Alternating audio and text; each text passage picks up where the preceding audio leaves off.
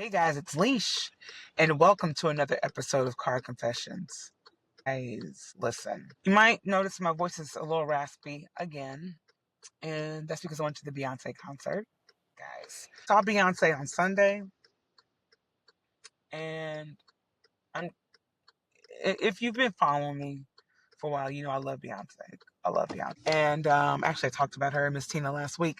Finished the book. If you listened to last week's episode, if you didn't go back and listen to last week's episode, finish the book. Miss Tina is amazing. I mean, I'm pretty sure you already know this, but man, oh man, what an amazing woman! What an amazing woman! The sacrifices she made. I mean, if you're a mom, you know we make sacrifices for our kids. It's just a part of the process of being a mom. She just reminds me of so many women that have been in my life, just her essence and how she operates and navigates through life. And it's just like it's just so beautiful just to read that book, her story, and just how she has raised such amazing women, artists. Phenomenal. When you can read matriarch, it's everything. Like, it's literally everything. But yeah, Cowboy Carter is. People say whatever they want about Beyonce, and obviously I turn a deaf ear because I'm like, there's no way that you could possibly think this, because what? And for people who do hate on her, I'm just like, what planet are you on, right? Is she your favorite, performer ever? Maybe not, but you can't dismiss the fact that this woman is talented beyond compare. And she just is. My bias, because I love Beyonce, She is an artist in ways that so many people, or not even just people, just in ways that it's just like, wow. Especially if you are someone, a performer, an artist like myself, and you know what it takes to get on those stages and to perform in ways that are just dynamic and life changing, life altering for people. And you know that as well. Like, you know that what you're doing on the stage is going to change so many people's lives and just really bring joy, possibility to people in ways that no one else can do it. She's phenomenal. Hands down, phenomenal. And I don't argue with people about Beyonce. Like, when people talk, say things to me about her, or they try to like downplay, I'm like, I mean, you can say whatever you want, but you're not gonna change my opinion, and I'm not even gonna argue with you about it, because, like, why am I arguing with you about somebody that I know is amazing? Like, this is dumb. Like, you already know how I feel. You're gonna share your thing, fine, whatever. You're not gonna deter me. She's the queen. Done. Boom. Some people were saying like Cowboy Carter was better than Renaissance. And listen, I saw Renaissance twice. Okay. I saw it here in basically Jersey, but in New York. And I also went to Houston to see it, Renaissance, because I couldn't even believe what was happening. I was like, nah, I gotta see that again. Like, I've gotta see it again, because it's Bay. Finances didn't, allow me to do that this time. Also, my daughter's graduating from high school. There's so many things that are happening. We went to see Kendrick. Like, I'm trying to be a bit more mindful of how I'm spending my money right now. But if I could see Cowboy Carter again, yeah, like, I would see it again. Like, what are we talking about? So if anyone's interested in buying me a ticket somewhere, just hit me up. I'm Alicia Christian on most socials. I'm the Alicia Christian on Instagram. I Leesh on TikTok. But yeah, you can find me pretty much anywhere. My email address is aliciarchristian@gmail.com. I also have a email for the Eating Me podcast. So eatingmepodcast@gmail.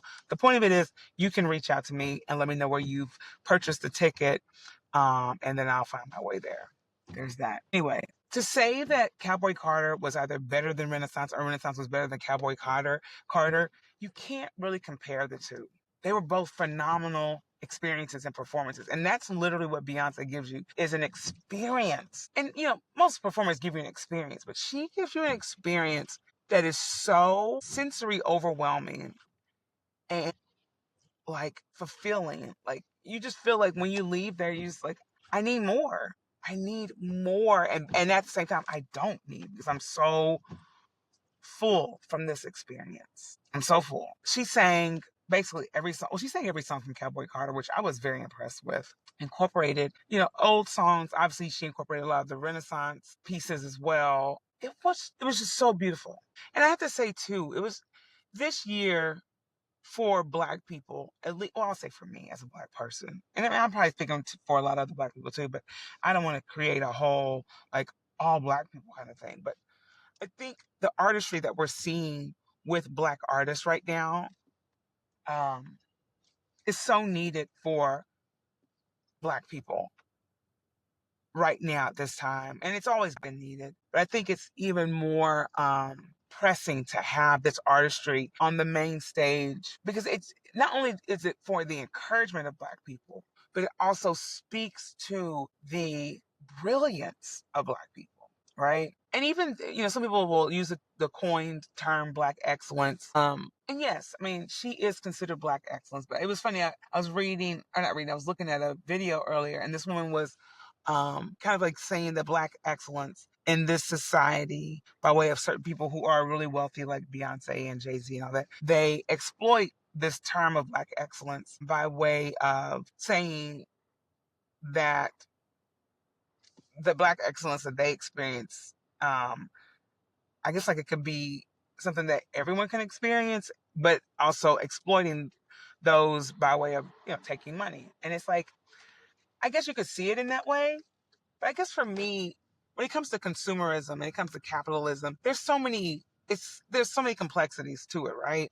Because here's how I feel about this whole society we live in. America is exhausting. Right? I mean, fight me on that if you want to, but I'm pretty sure you can't deny America is exhausting. This place is I swear, it's so much going on. And um the capitalist mentality here is about you having a product, you selling it, and making as much money off of that product as you can. Is this right or wrong, good or bad? I mean, that's debatable in all, in any way, shape, or form, right? But this is the society that we live in, right? The product is there, you put a price on it, and there'll possibly be somebody that'll buy it. There'll probably be someone that'll buy it, right? You just have to market it properly and, get people to quote unquote trust you enough to actually purchase the product. And so obviously people like Jay-Z, Beyonce, in the music industry, people trust that the product that they're offering, which is the music, the artistry, is going to be worth the money. And so all that to say, for people who are saying like, oh, people like Jay-Z and Beyonce and whatever else are exploiting people, like I said, you can see it that way, but you can also see it in the way of that's the way the society is built. And that's the way the system is set up. And so until this system is changed, or if it's any different, they're playing the game. You know what I'm saying? Now, could they be the ones to change the game? Possibly, but I don't know that us throwing all of this weight on like Beyonce and Jay-Z and whoever else is the thing to do. Because if we're thinking about the system as a whole, um, there's so many people that we could be calling out for this whole game that everyone's, attempting to play. So it's something to really think about, right? And at the same time, it's funny because I remember when the tickets for Cowboy Carter came out and people, people are going to complain, oh, these tickets are so expensive, this, that, and the third. She came out with her whiskey, Sir Davis. People were talking about that. I'm like, oh my God, how much money is Beyonce going to take from us? And when I hear those things, I'm just like, guys, like, no one's putting a gun to your head to go out and buy some Sir Davis. You know what I'm saying? Like, no one's doing that. And, am I being biased because I love Beyonce? Probably, but I would say that about any product. I really feel like I would. I would say that about any product. No one's telling me that I don't even drink Sir Davis. I've not bought any Sir Davis. I probably won't buy Sir Davis because I don't drink. So, like, there's no point of me going out to buy Sir Davis. Now, will I go out and buy me a Beyonce concert ticket? Yes, I will. Will I spend a decent amount of money on it? Yes, I will, because that experience to me is worth it. That's me. You don't have to buy a Beyonce ticket. Can you talk about the prices? Like, I talk about certain prices. Like, dang, that's expensive. But I am not going to buy it because that's not for me, right? There's my soapbox on the Beyonce situation. But all that to say, I think when it comes to how people like Beyonce and Jay-Z and whoever else is out here that's playing this should we really be so angry with them? Should, you know what I'm saying? Because it's like, I'm pretty sure if, many of us had, the wherewithal to have the money that they have, we would be all right with it. I mean, let's just keep it real. If I had Beyonce and Jay-Z's money, listen, and if I had the ability to do what they do, I'm not gonna lie, I'd be out here living my best. I'm still living my best life, let's be serious. But like, yeah, but my thing is, I don't think people also realize that they do things for people. They help people. They give to charities and all these different things. And people can even, argue that, they feel like Jay-Z is not a good person. I don't know. Have I seen things that are questionable about him? Yes, but the thing is, also people, I feel like we have to realize we don't know these people. So if it comes out that these people are terrible people, it's like, well, dang, it sucks. But I'm not going to take away from the fact that I love her as a performer. I think she is just phenomenal, and that's really what it is. I don't know these people personally. I just know what they show me, and that's pretty much for anybody when you think about it. It's funny that we're coming to this in this conversation because it's like I'm struggling right now with the loss of a family member that lost the battle to suicide. And how does this correlate? Well, because basically what I was saying, I don't know Beyonce. I don't know Jay-Z. I don't even know Miss Tina for that matter. I just know that the story that she presented in that book was enough for me to be like, oh my gosh, I love her, right? I love what she has shown me. And hold on, I need a little water here. And that's how I feel about the family member that lost their life to suicide. I loved what they showed me at the time that I really thought I knew them, if that makes sense. And it was hard for me to mourn that person that I thought I knew. And this was a while ago that I had to go through that process. And so now that they have, they've ended their life, it's hard because it's like, I don't know who that person was that decided to do that. I don't know who that person was. And it's heartbreaking because I wonder if the person I knew was there in some way, if there was a little inkling of them. I don't know. I don't know. And so all that to say, it's like, as heartbreaking as it is to know that this person has lost their life, the person that I knew wasn't there anymore. So I have to keep the memory of who this person used to be and what present to me and celebrate that. And it's the same way with, like I said, these celebrities and stuff. You find out that these people may not be who they say they are. And honestly, they're not going to really show you who they truly are because this is all a persona. This is all a branding. This is who they are to make the money that they make, right? And there might be some genuineness. I mean, I'm pretty sure they're as genuine as they can be for the public eye. And this is a total ramble right now. But if you understand, you understand. If this is resonating, you get it. But yeah, it's hard to really like pinpoint and create, this is who this person is and done. And I'm finding that out the older I get. It's like there's so many layers to humans and so many different things that you discover and start learning and knowing about a person. And it's just like you can evolve into someone completely different. And will that person be the person that I can still align with and resonate with and feel like we still have this sort of connection like we've always had? Could be. Or it could be like what I just said, where the person completely was just not the person I knew, and I had to mourn that and then remove myself because I didn't feel safe maintaining that relationship. It's hard. It's really, really hard. And it's also hard to know that this person, even though I had, basically removed myself from their life, that they are no longer here. Life is complicated, and at the same time very simple.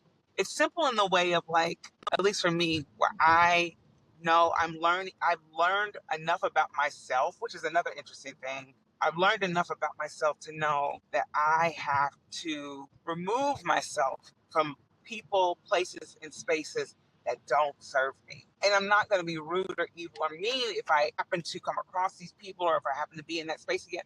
Like, I'm going to still be respectful and whatever, but I can't have the same interactions that I had in the past. It's just not for me. I don't wish anybody ill will. I don't, what I'm saying? I'm not that type of person, but that's what I know about myself.